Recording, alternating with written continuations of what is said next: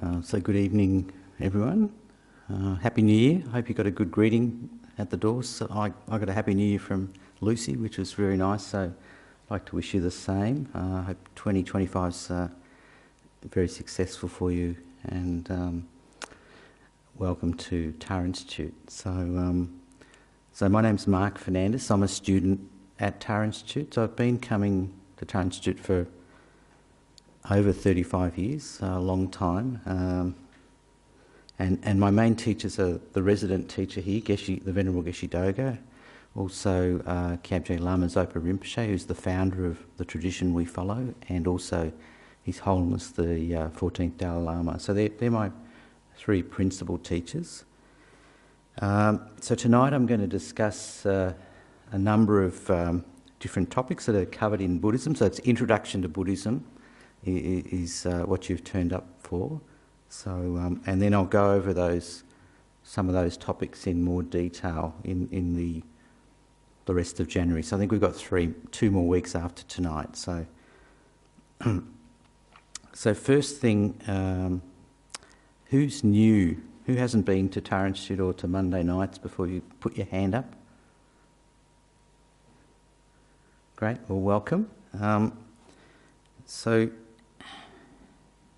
So in Buddhism, this is for everyone, so motivation is very important. So it's the precursor for whatever we do. We have some sort of thought to do something, and then we end up doing it. So if we have a good motivation, generally the action that we perform is good, if the motivation's good, so that generally one follows the other.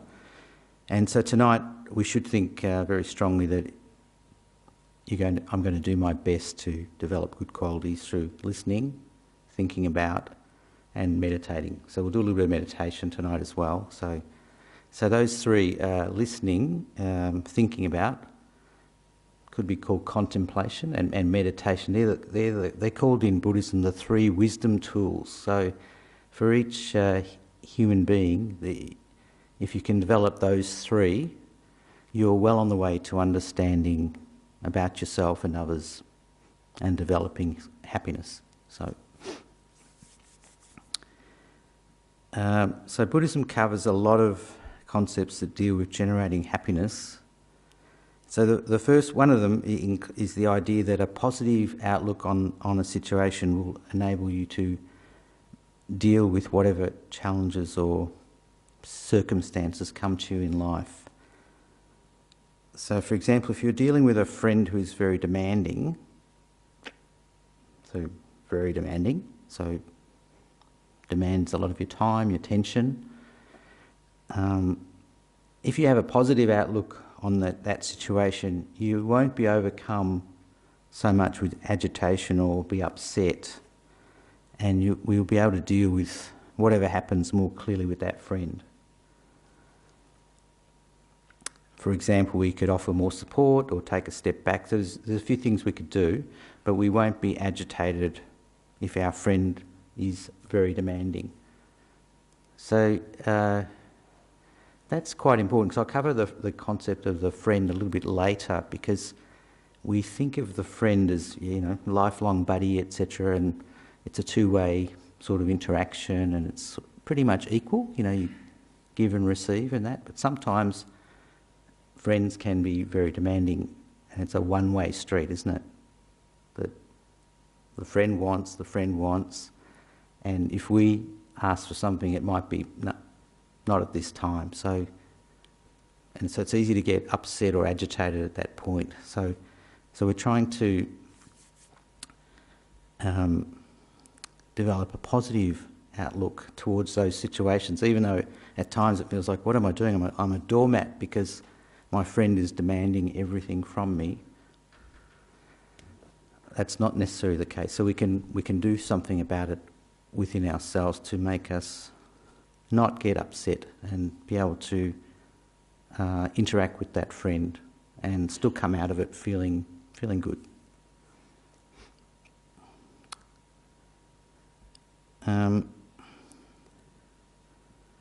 So if we look at the opposite of a positive attitude, we could say it's a negative or a disgruntled attitude. And that type of attitude will generally make whatever challenges we face much more difficult. So if we go into it with an attitude of this is going to be terrible, this is going to be a disaster, or what am I getting myself into? It's hopeless. Generally the result, and if we use the interaction with the friend, will probably bear the same thing out, that it probably will be a very problematic interaction that will make us unhappy and maybe even the friend more unhappy.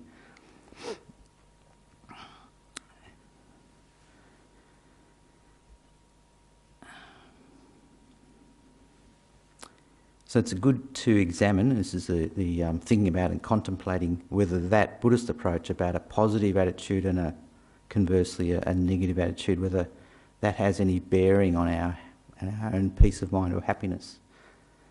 And that's for each of you to examine, because it might be the case you go, no, if I go in with a feisty, take no prisoners attitude, I generally come out feeling better, so you can just throw away what I've just said. But if you examine it, you might find that going in with a more positive relaxed, positive attitude, whatever the interaction is, you end up not being agitated and still being peaceful and happy at the end of that interaction, which is what you want, really, because you don't want to go through life with a up, down, and up and down, which is generally what we experience, isn't it?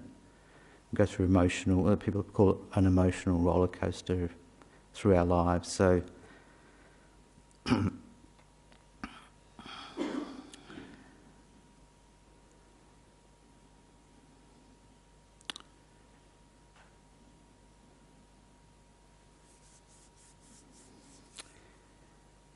So in Buddhism, there's a strong emphasis on examining the causes of problems or problematic minds.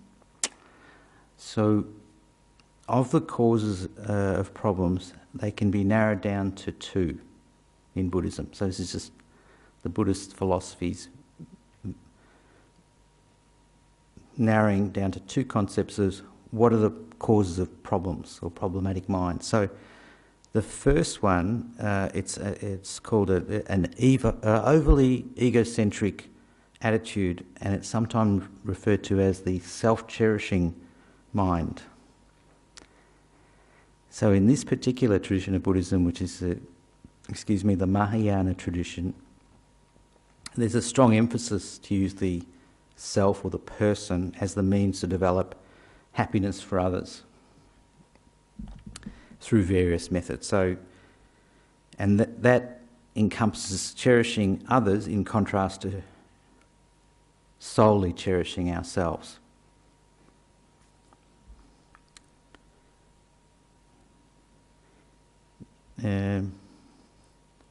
So that's quite if you like, a unique or novel idea, isn't it? Because in most sort of ideas about the person or the individual, it's I'm the centre of attention, and whatever surrounds me, it's immaterial or doesn't matter so much. So this is like a paradigm shift where you're going, well, I'm here as the person, but I'm going to do my best to benefit others.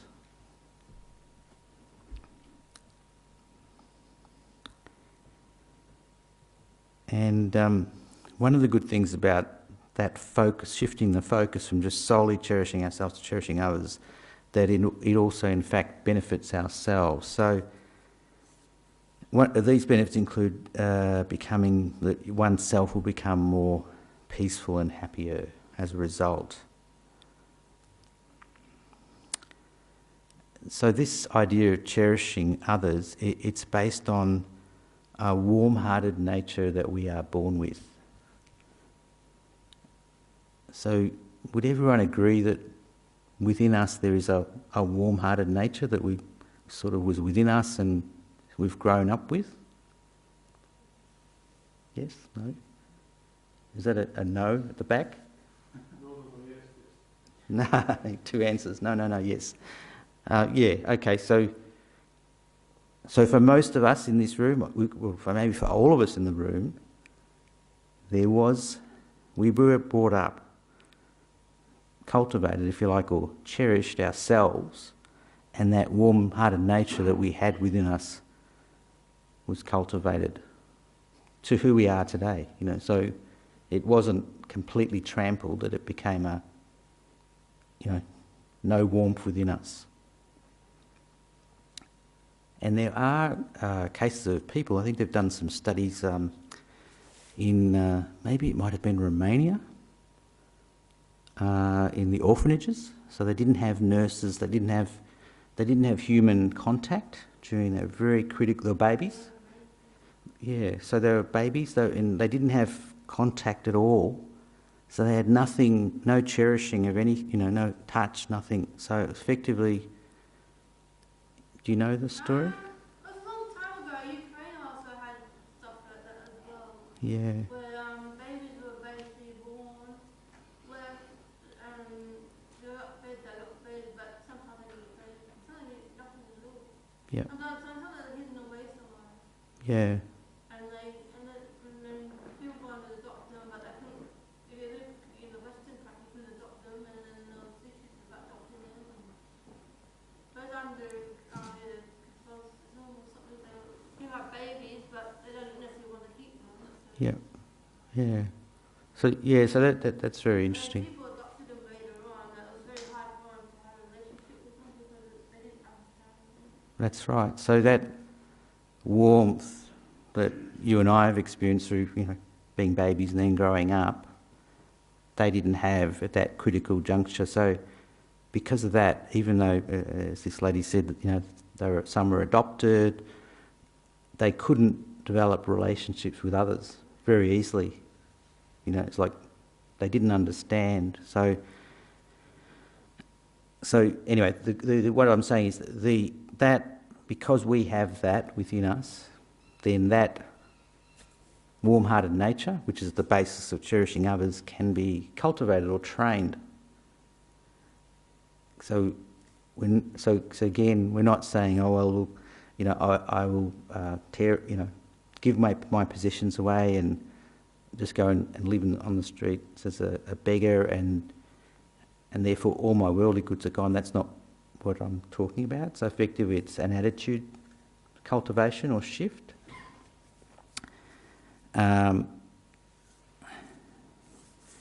And what that does, it's exciting to think about, because if we have that warm-hearted nature already and we can cultivate it, then that can be the basis of overcoming that self-cherishing mind that brings us problems.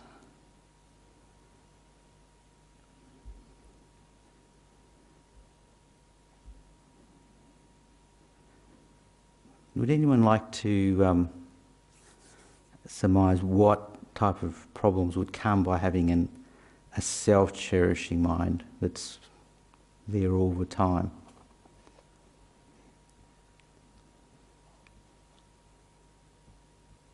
I don't know about self-cherishing, but like when people put you on a spot or something, if you have somewhere apart in your own mind where you can go, and it's a peaceful place where it's either not a garden, but like it's somewhere peaceful in your own mind. Someone like challenges you. Yes. You're not fighting with them. You're not judging them. You just got somewhere you can go for yourself. Yes, that's true. So if you have that peaceful place internally within your mind, then you won't be agitated if someone upsets you or threatens you or whatever. But the flip side of that is, if you have, I'll ask you, if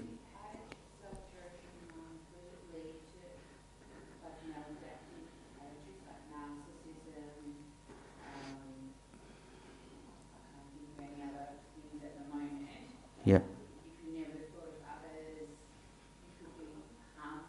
Yeah, you could say, you're right, you could say, you're both right, you could say it's on a continuum. At times that self-cherishing attitude's not so prevalent, so you go, well, give or take, and then other times it comes up more strongly that it's mine, it's my right to be happy, it's my, that, and it becomes more strong. So you talk about narcissism and that type of approach, so to things, I'm the king of the universe, so therefore everything must be done for me. That's the self-cherishing attitude that's if you like, strongly manifest. You're going, oh, well, nothing else matters. There you go. Like, nothing else matters except me and my happiness. So that's a self-cherishing attitude, probably an extreme version of it, but there's an, if you like, a thought that carries the day, if you like. So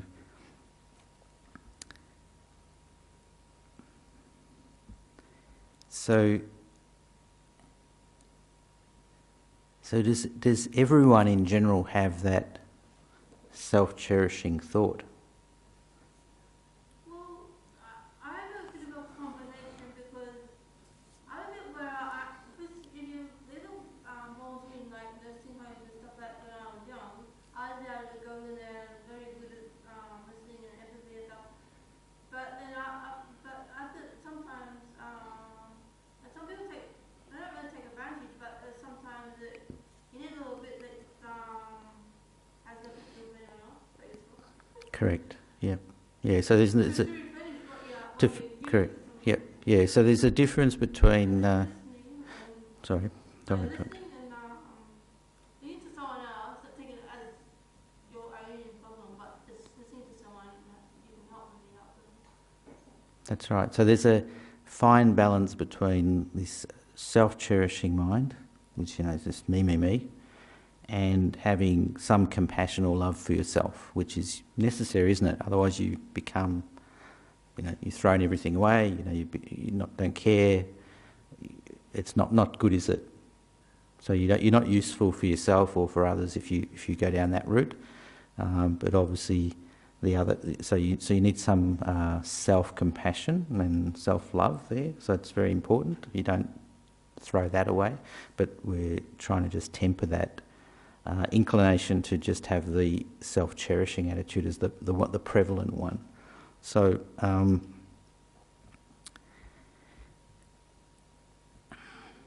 so there are techniques as well to cultivate that sort of mind, and I'll cover those in the next few weeks. But it's just to give you an idea that that's one of the pillars, if you like, of this tradition of Buddhism, is that real emphasis on the person. So that's us trying to develop that mind that goes beyond themselves and is cherishing others primarily. And so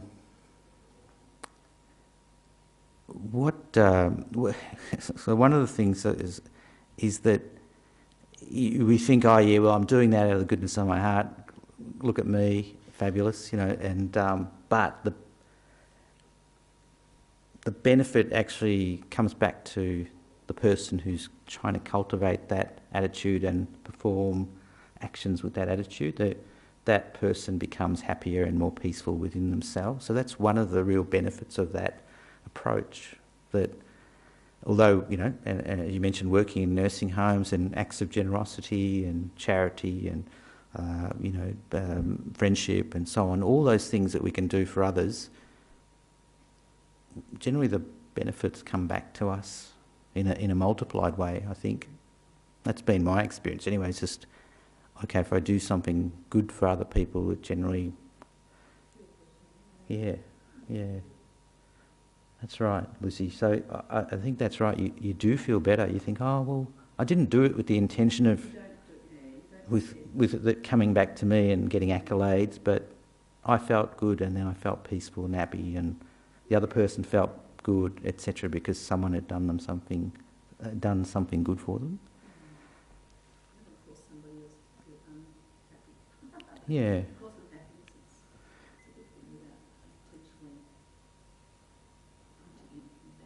Correct. One of the things about Buddhism, there's a strong emphasis on not harming others. So we might not be able to benefit the person or the group or at this point in time, but the least we can do is not to harm them. Yes, and Lucy's right. Not harming someone, for some people, that brings them happiness. Oh, Mark didn't harm me when he spoke to me, or it actually the person's happy because the interaction with another human being didn't result in any harm to them. So that's a good, that's a good thing as well, to not harm. So it actually brings a lot of benefit as well. So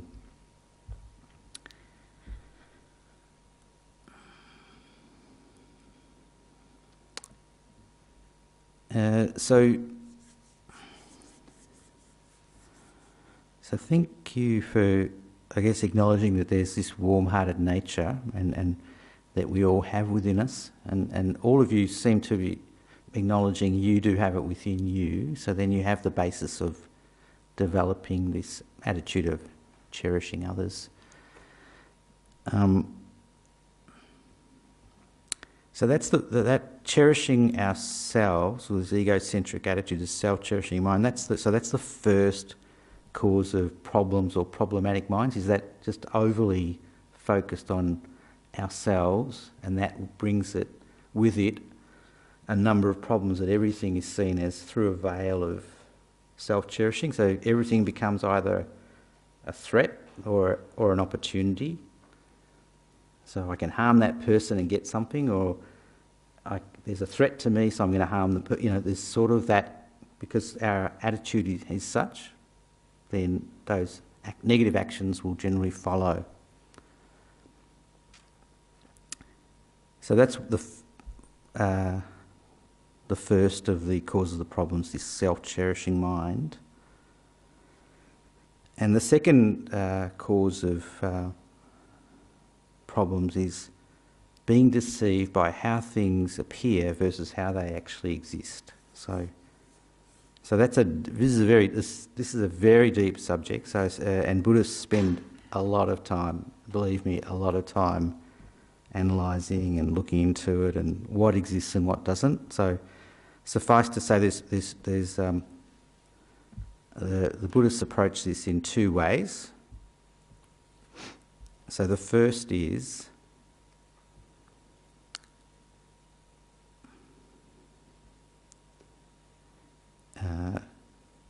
the person and how they exist, and then everything else and how it exists. So it's just those two paradigms, if you like. You only have to concern yourself with the person, which is you, and everything else. So it's person and then all other phenomena, if you like, everything else. So if we look, firstly, let's look at something external to ourselves,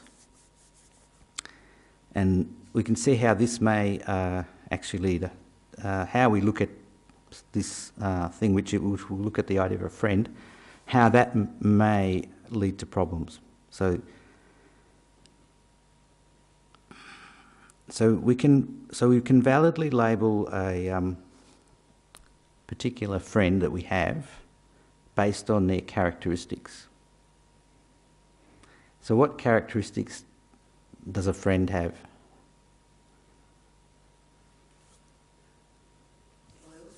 Loyalty, yes, that's a big one, yep.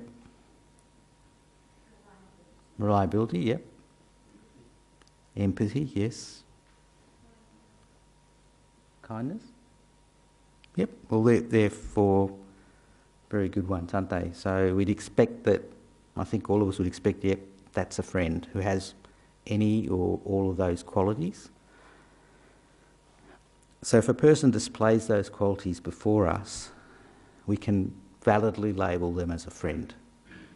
So no problem with that, they're a friend. So where we run into problems sometimes is if we, on top of that label, we go, oh, that's good and that's bad, or neutral. If we overlay that friend with good, bad, or otherwise, we hold on to those labels very strongly,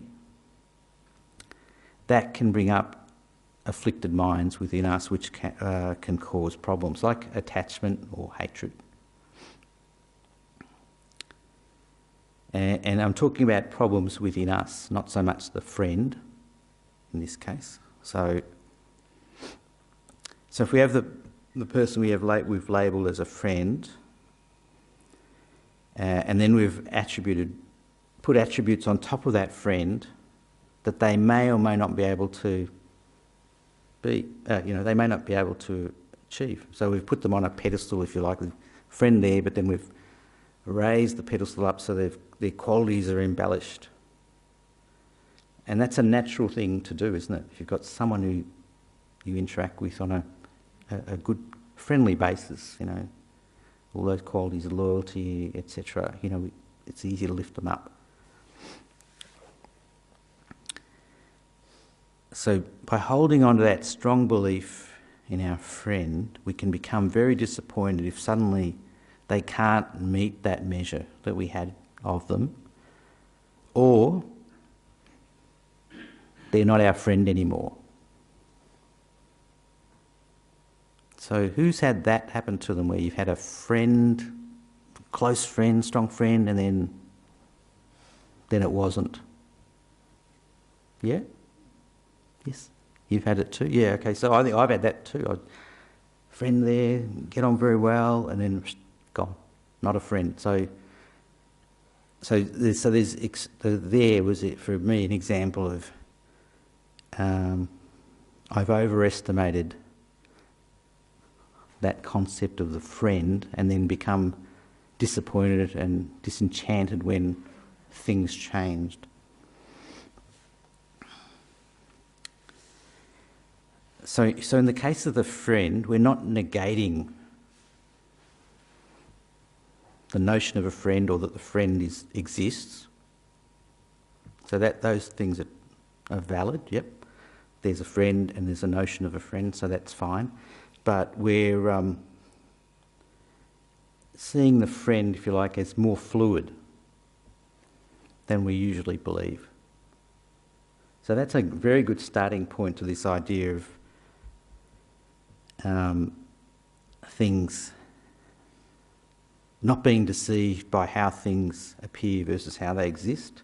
So this is one of the Dalai Lama's teachings around causes of problems. So it's if you overestimate,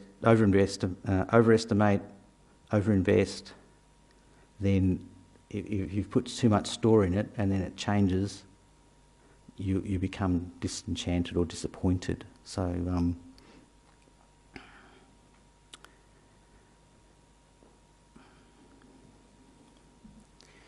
if we didn't have that notion of the friend that was pedestal-like, how would our interaction be if things changed?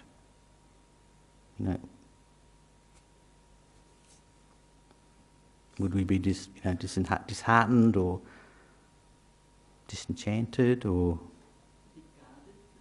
guarded? Yeah, we'd probably be guarded. It's probably a natural response to feel, I thought they were close, but now they're not. But if we were a little bit less enamoured if we were less on the pedestal and more realistic, we'd have that thought, but then we'd let it pass, because we can see that things change, huh? Because I don't have any childhood friends left. They've all gone, separate ways. So I think that's sort of the nature of life, isn't it? You're really happy with your friends when you have them for the time, you're friends with them, but then circumstances change. So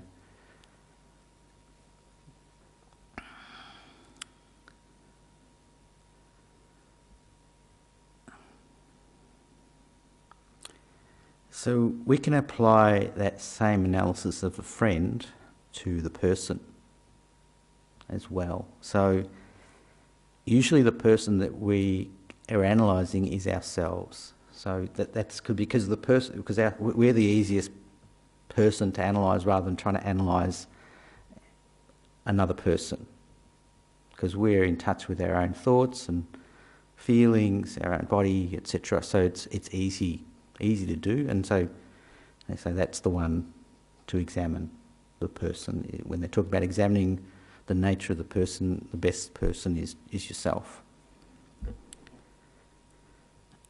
So just like the friend, the person or I is based on labelling, based on particular characteristics So one, their person is validly exists and is not someone else or something else. So, for example, Mark exists and I'm not John. So there's no point in my life where I'm going to suddenly become John and not Mark, and then even later switch back. So that's not how the continuum of the person works. So I'll be Mark until I die. So there's a valid Mark, a continuum there, based on all the characteristics and thoughts and minds and the body, etc. So that's valid.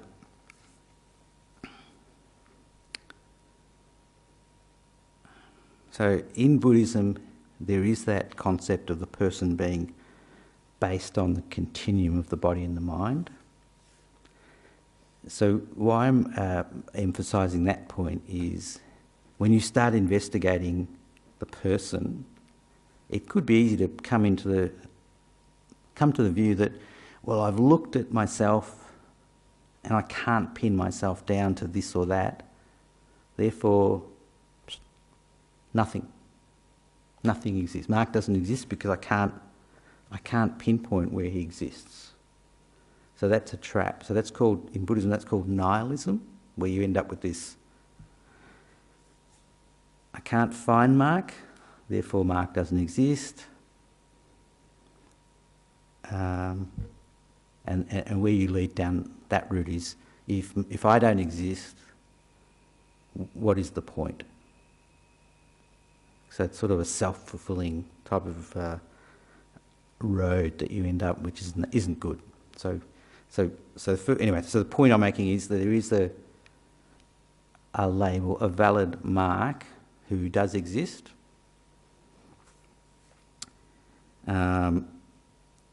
based on the characteristics.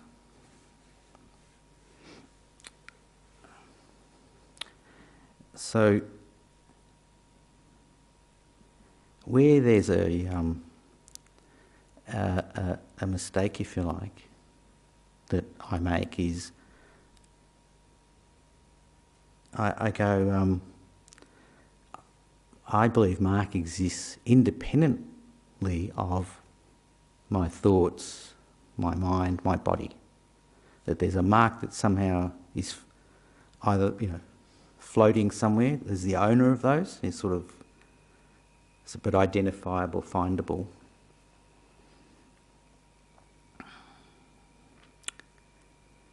And that Mark, that is incorrect, but it's also difficult to pinpoint, because whenever we look, we think, that's where Mark is.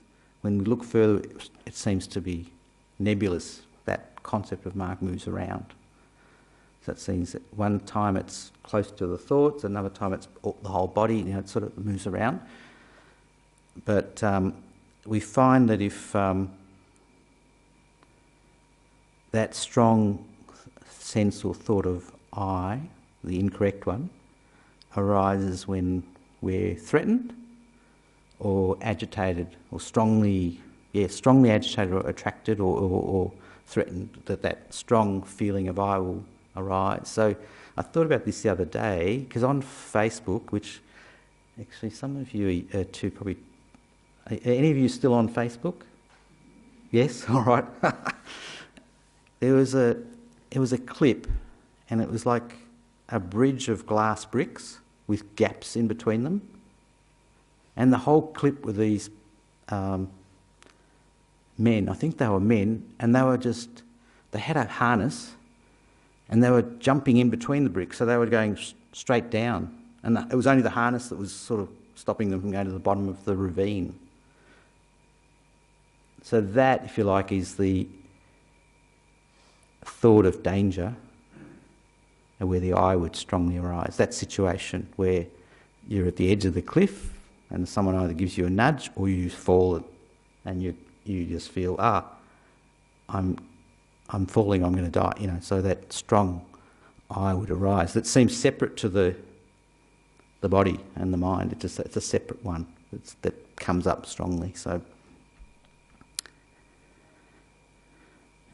So that concept is called self-grasping.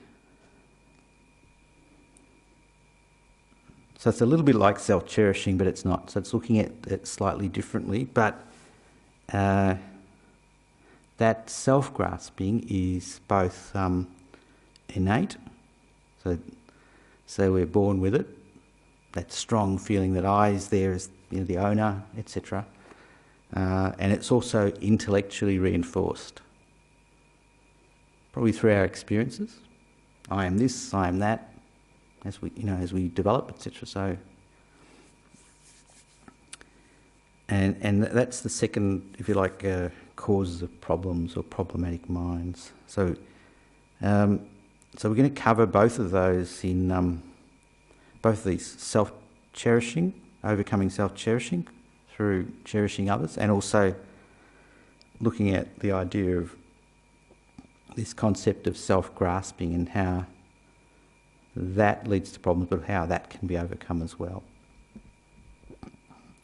in the coming weeks.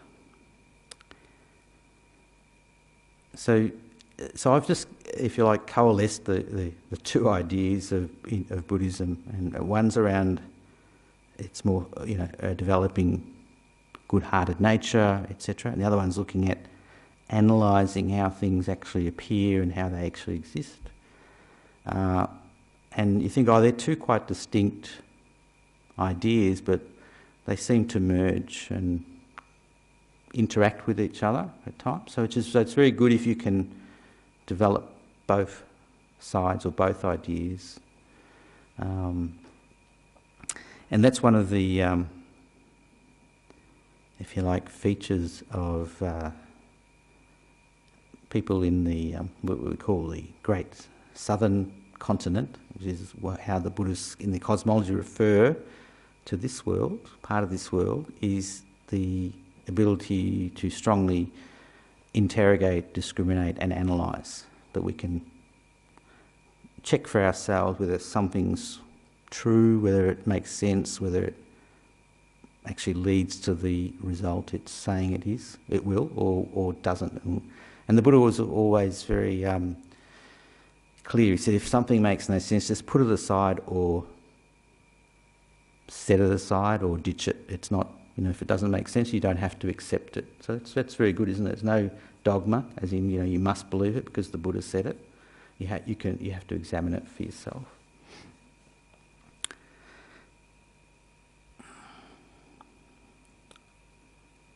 So does anyone have any questions about those ideas? Well, I think we'll do some meditation. So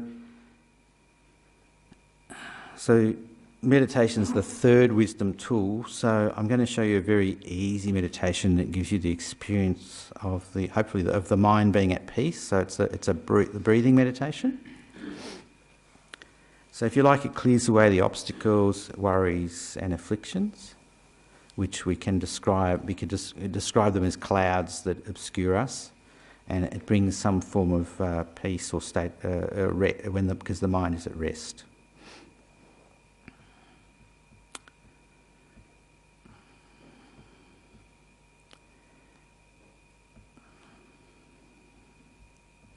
So just the first thing, make yourself comfortable. And the main thing with meditation is to try and keep your back straight.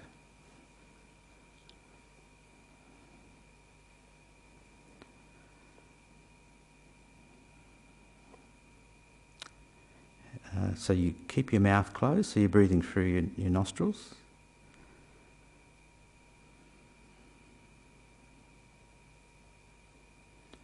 And then you keep your hands gently on your lap, and your thumbs are pointed back towards the navel.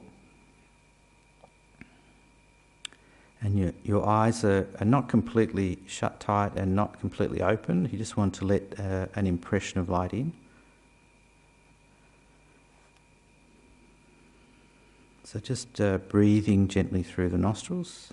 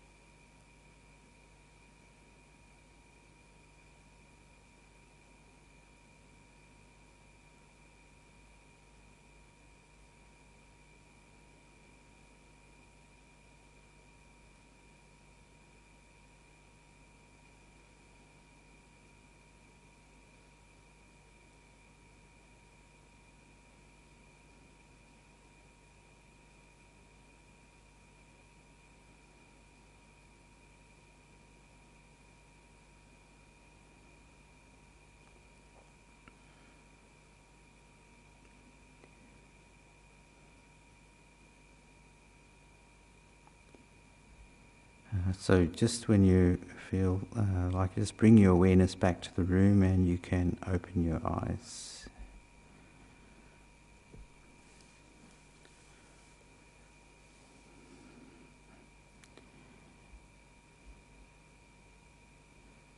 So as beginners, the breathing meditation is very good for beginners, intermediate and very experienced practitioners or meditators. So it's very good to do meditation regularly, but to start with very short sessions, so 1 minute, 2 minutes, and then if you feel that's good, then stop. So stop before you get to the point of, oh no, it's not for me, I've given up. So, and then the next time you do it, you still have that good feeling for it. And then when you increase it, this is advice from the resident teacher Geshe Doga's, to, if you go from 2 minutes, maybe you do 2 minutes and 10 seconds, add a little bit more, not 2 minutes to 2 hours next time, which can, you think, oh, it's a doddle, I can do this. So just do, I was listening to a teaching from His Holiness, the Dalai Lama, and he was saying, at the start of the meditation, you might feel, agitated, the breathing meditation he was talking about, upset, and then he said you should watch and see, at the end of the meditation, are you still agitated, upset? And generally, it's not, is it? It's sort of like, my mind was racing, and then I started doing the breathing meditation, it was still racing, and then it sort of settles down. So that's a sign that your mind's becoming more peaceful. So, and one of the benefits of meditation is, at first it's only, the benefit is felt only while you're sitting and doing the meditation. You go, okay, now I can find that quiet space or happy space. But then one of the after effects is that feeling will continue as you're awake, or as you're aware, as you're going about your day. Be more peaceful and happy. So that's a good, isn't it? Because if it was just, I can only get that from meditating, well, then we'd all be, that's all we'd be doing, wouldn't it? Isn't it? Because we'd saying, well, I can only get that while I'm in meditation, that sort of sense of peace and happiness.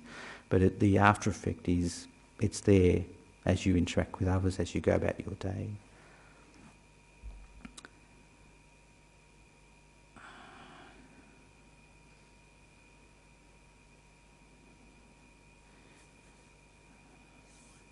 So one of the other things, other features about the this tradition of Buddhism, or Tibetan Buddhism, is that there's a strong emphasis on enlightened energy. So, Lucy, I'll ask you, you're an experienced student, what is this enlightened energy that he's talked about?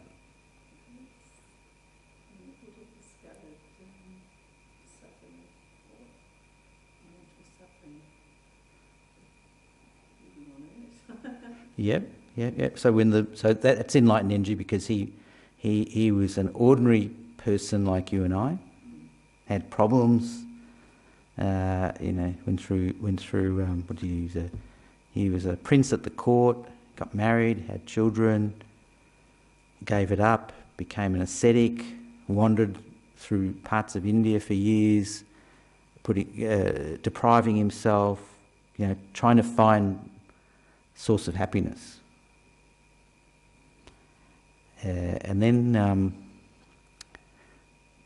what happened? He was at the side of a river, and a young farm girl gave him a bowl of rice milk. I think it would have been and he'd been, starving himself, emaciated. He drank that and immediately felt a sense of bliss. So, and then he threw away all these, if you like, extreme ideas that he'd had about how to achieve happiness as a human, and he developed this middle way, which is what Lucy's talking about, sort of how can a human develop lasting peace and happiness. And what the enlightened energy we say is, it's not just a historical vestige, from thousands of years ago, and it's finished, that we say, well, every human being has that potential to achieve that state of Buddhahood, and are achieving it, and continue to achieve it, and we can do the same. So there's no like, oh, well, you need to be part of the club, or so that's not. So it's actually, each human has that potential within us. So when we look to, and you probably see around, there's lots of tankas or paintings and statues of Buddhas and famous beings. So female, male, sort of all different aspects of that state of enlightenment or enlightened energy. So it's like we can draw on that within ourselves for inspiration and development, which is good. They're all historical beings, so like the two, there's a green female Buddha there, the Tara, which is what Tara Institute's named after, and next to Tara is another Tara, white Tara, so female Buddha. So, and her story is very interesting because when she was a practitioner on the path, I think a monk said to her, "Oh yeah, you should wish to be born as a male, because then you can achieve enlightenment," which went down like a lead balloon, I think, to her, because it riled her up, because she said, "No, I'll achieve enlightenment as a female, and then I'll keep coming back as a female. I'll manifest in that form." So it's very interesting, because you go, well, is there a hierarchy like that? There's not. It's male, female, so all beings, and then right behind us is the statue of the historical Buddha, and then the Buddha on my right, my left, is white. It's got 4 arms and 1 face and 2 legs. So that's the Buddha Chenrezig, the Buddha of compassion.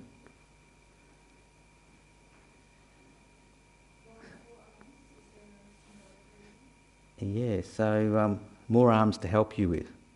So there's even a 1,000-arm version of Chenrezig, or Avalokiteshvara, as that Buddha's called. And that Buddha, again, same thing, in Tibetan Buddhism depicted as a male, in Chinese Buddhism, female.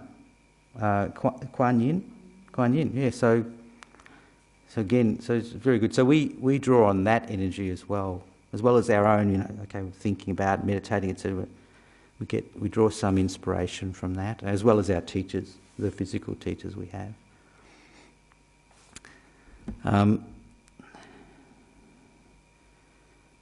So the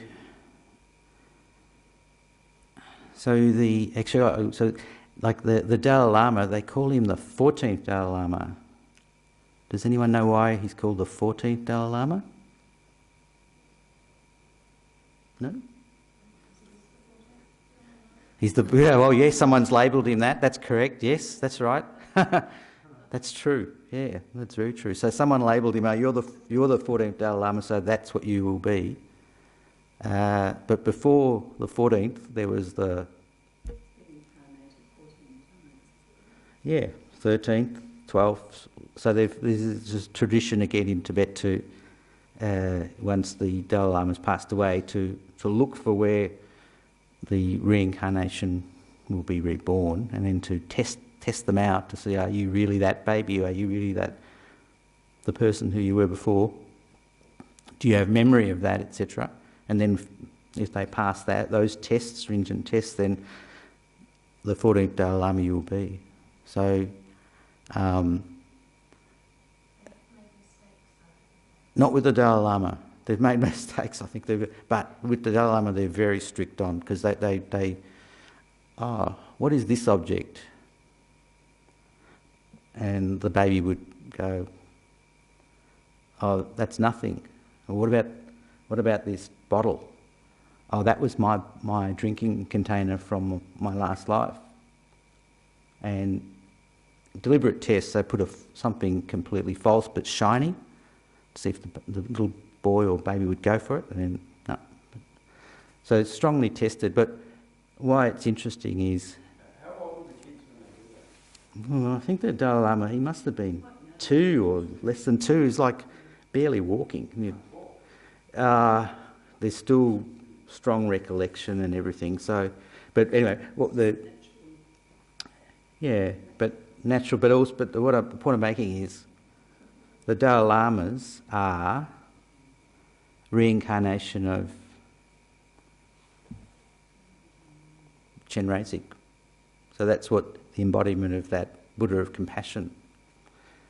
So the Tibetans particularly, they revere him because he's emanated again and again in the nature of compassion, to come back and help everyone actually. Because Dalai Lama's like a universal teacher, isn't he?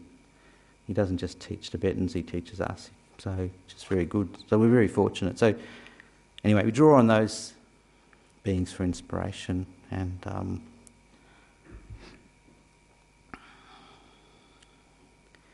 sometimes your breathing meditation can incorporate that enlightened energy as well. But I'll cover that more in the coming weeks.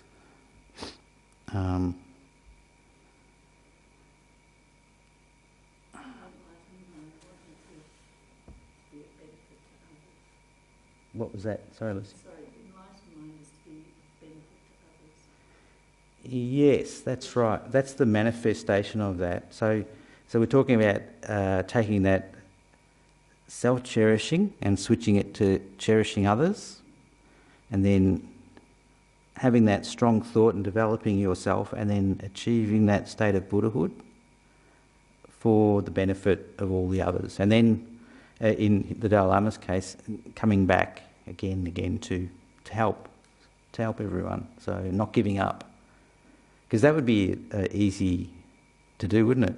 I've achieved my goal. See ya. I'm gone. I'm happy. I've got everything I want.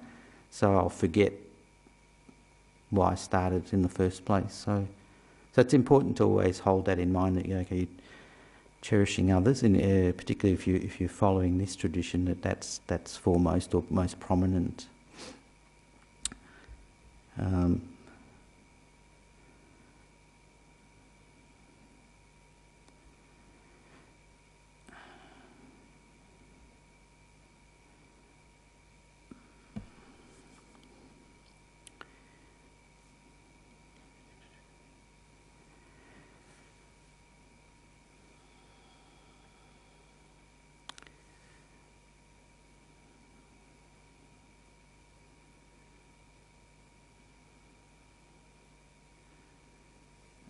So, just as we at the beginning established a good motivation, at the end we do a dedication.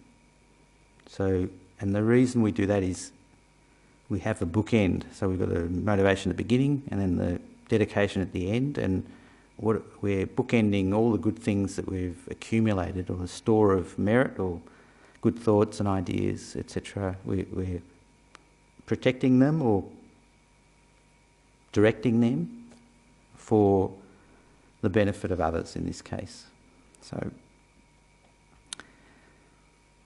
So in our own way, we can do that dedication.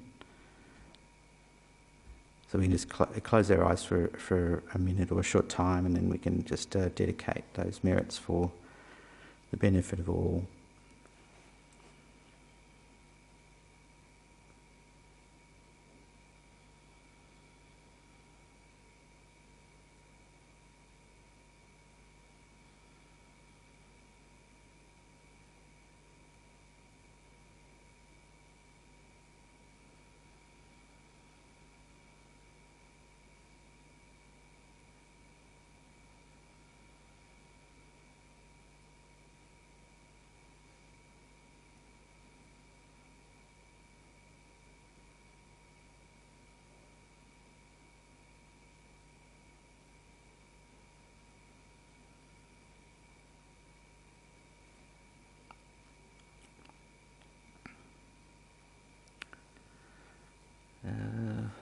Now, I would let you go, but I've got someone coming. Here we go. Cynthia, come in.